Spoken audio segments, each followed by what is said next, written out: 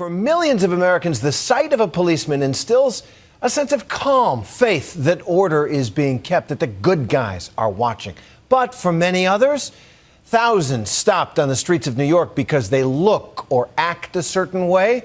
Encounters with the blue and white breed fear, frustration, and anger at a force that some say is bent more on intimidation than serving and protecting. So here's my co-anchor, Bill Weir. Please put your hands up against the wall. It's the kind of scene that could play out on any given day in any city in America. Put your hands against the wall.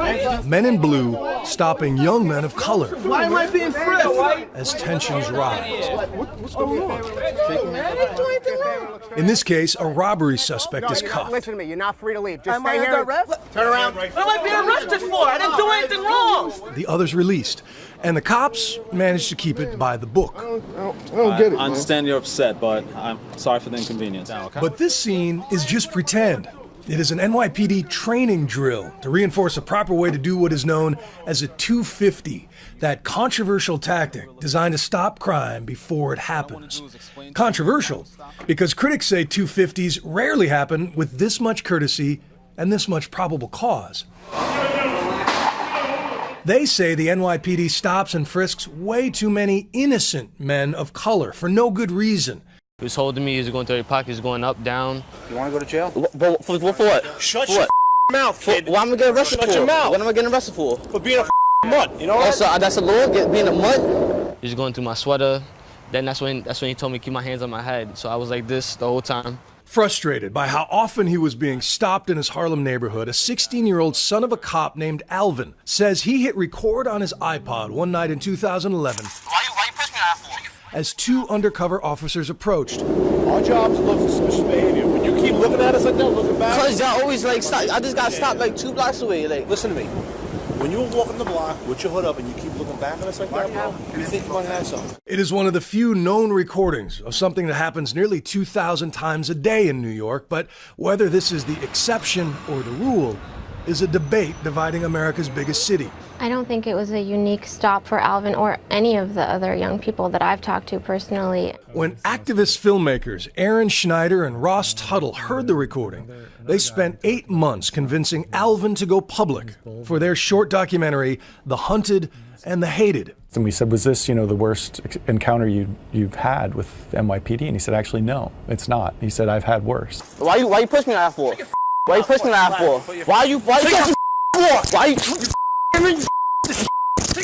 Yo, why you touching that? What happens to officers in a stop like that? There is a civilian complaint process, and indeed there is a civilian complaint review board. Ray Kelly is the man in charge of the NYPD. We have a system to address that. Now, I'm not talking specific about this case because I don't know about it, but we're human beings here. We make mistakes, and we may have people who inappropriately stop individuals, but by and large, I don't believe that's the case. It is event specific. Since taking over in 2002, Kelly has presided over the most dramatic reduction in crime in modern American history. Last year was a record low of shootings. They're down 25% this year. Like his predecessor, Bill Bratton, Kelly believes in proactive policing. And done properly, the 250 is a Supreme Court-approved method of stopping crime before it happens. But here is the controversial part. Of the thousands of daily stop and frisks, only 6% lead to an arrest, and a little over 1% actually turn up a weapon. Critics say this is proof it doesn't work. Mayor Michael Bloomberg disagrees. That's the reason we need it, to deter people from carrying guns.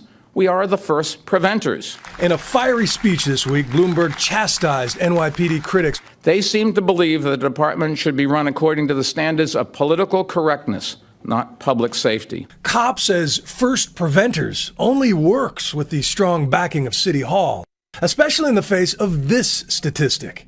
Even though blacks and Hispanics are a minority here, a majority of people stopped, around 84%, are young men of color. How many times have you been stopped and frisked? 7 times. 7 times? Yes, sir. And you're how old? 17. In his neighborhood of Flatbush, Brooklyn, Kasim Walters has witnessed gang shootouts and watched young men his age bleed out in the street. I've seen people shot over there on North Strand Avenue. But after a number of rough 250s... Then they turned me back here.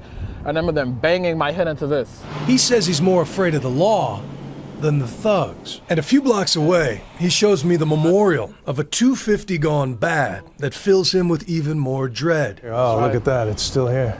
When Kamani Gray adjusted his waistband on this corner in March, 2 undercover officers stepped up for a stop and frisk and ended up shooting him 7 times. They claim Gray pulled this loaded .38 revolver, later recovered at the scene. But Kasim doesn't believe them. That's not killing, that's murder. I'm tired of it. 4 days of angry demonstrations proves he's not alone. When things like this happen, there's no trust. The police are never going to get the benefit of the doubt until we have a relationship with the cops. You know, until Ray Kelly can give us answers. New York City Councilman Jamani Williams is a mentor of Kasim's and a leading critic of the NYPD's methods, like police reports, which show that the reason given for most stops is either a high-crime neighborhood or a suspect engaged in furtive movement. And I have Tourette's syndrome, so all I do is make furtive movements. So, you know, that means I can be stopped every time I come out of my house. When we wanted to break up crime in the Italian neighborhood, where there's organized crime, I don't believe they stopped every Italian person that they saw, and I don't believe if they did that, they would have gotten away with it. So I think we deserve the same respect in communities that look like mine. I've been around a long time in this department. Our relations now are better than they've ever been. One of the reasons is our police officers are now majority. This is the most diverse city in the world. We are now more reflective of that diversity than ever before.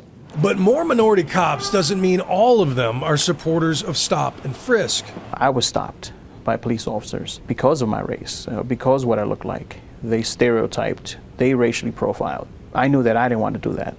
Pedro Serrano is one of 2 cops now denouncing his own department's policies. And he says he made a hidden recording of his own. This is about stopping the right people, the right place, the right location. Okay. He is convinced that there is a perverse quota system in place, which drives officers to stop minority kids for no good reason. You don't come up with those numbers, they retaliate by giving you bad evaluations. That's basically what they did to me. After riding just 2 250s over an entire year, Serrano called for a meeting with his deputy inspector to appeal a bad evaluation. He also says he wore a wire and recorded this. Again, take my neighborhood where we had the most problems. Right. And most problems we had there was robberies and grand larcenies. And who are those people robbing? The problem was what? Male blacks, and I told you the roll call, and I have no problem telling you this. Male blacks 14 to 20, 21, and I said this at roll call. Right there is when I lost it. You want me to stop everybody, the good people and the bad people, so you can get your numbers. The 9-year veteran is a witness for the Center for Constitutional Rights, an advocacy group now suing the NYPD, not for money, but to change its stop and frisk policies. While Serrano and his attorneys say this is proof of racial profiling, the NYPD insists the inspector was talking about specific suspects in a specific string of crimes, and that Serrano was fishing to collect damning evidence for the lawsuit. For context, the inspector also said this. 99% of these people in this community are great, hard-working people, but we still are one of the most violent commands in the city. Yes. And to stop 2 people, you know, to see only 2 things going on, that's almost like you're purposely not doing your job. This is a business. We have almost a $5 billion budget a year. So we run it like a business, and it's fair to ask the employees here to do their fair share. How does a number of 250s a month, a week, a year affect an officer's career? If an officer continually doesn't do what the commander wants him to do, I don't think it's going to positively affect his career, for sure, but I don't think it negatively affects him. If you don't meet the numbers, you're a bad cop. That's just how they see it. But Pedro Serrano has no doubt he has negatively affected his career by breaking the thin blue line. Yeah, you got bad guys out there who want to hurt me because I'm wearing their uniform, and you got the hierarchy who wants to hurt me because I spoke the truth. But Commissioner Kelly insists that race is not a factor. It's just that most of his officers are sent where most crimes are reported, and that up to 75% of violent crime victims describe their attacker as a black male. The percentage of people who stop, it's 53% African American. So really, African Americans are being understopped in relation to the percentage of people being described as being the perpetrators of violent crime. The stark reality is that crime happens in communities of color. They are being disproportionately victimized. NYPD, keep your hands off me. I'm just curious what you would say to the kid, the good kid, who's growing up in these rough neighborhoods, who resents the fact that he gets stopped 5, 6, a dozen times in his young life and forms his opinion of authority around those exchanges. What would you say to that kid? We're trying to save his life, and we're trying to save the life of other young people who are disproportionately victimized on the streets of this city and other cities throughout America.